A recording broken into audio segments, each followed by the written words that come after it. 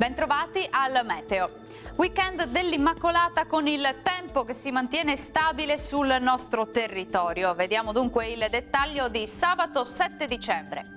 Sul Veneto cielo a tratti parzialmente nuvoloso con spazi di sereno più ampi sulle Dolomiti e anche altrove da metà giornata. Sarà probabile però la presenza di nubi basse e anche di qualche nebbia durante le ore più fredde sulle zone pianeggianti ed occasionalmente anche nelle valli prealpine.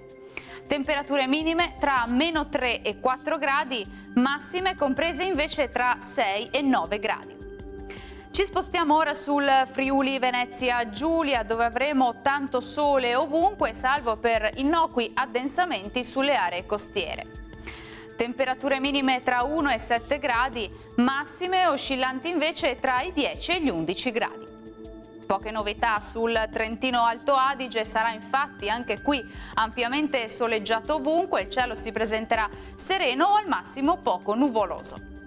Temperature minime sotto zero o massime sugli 8-9 gradi.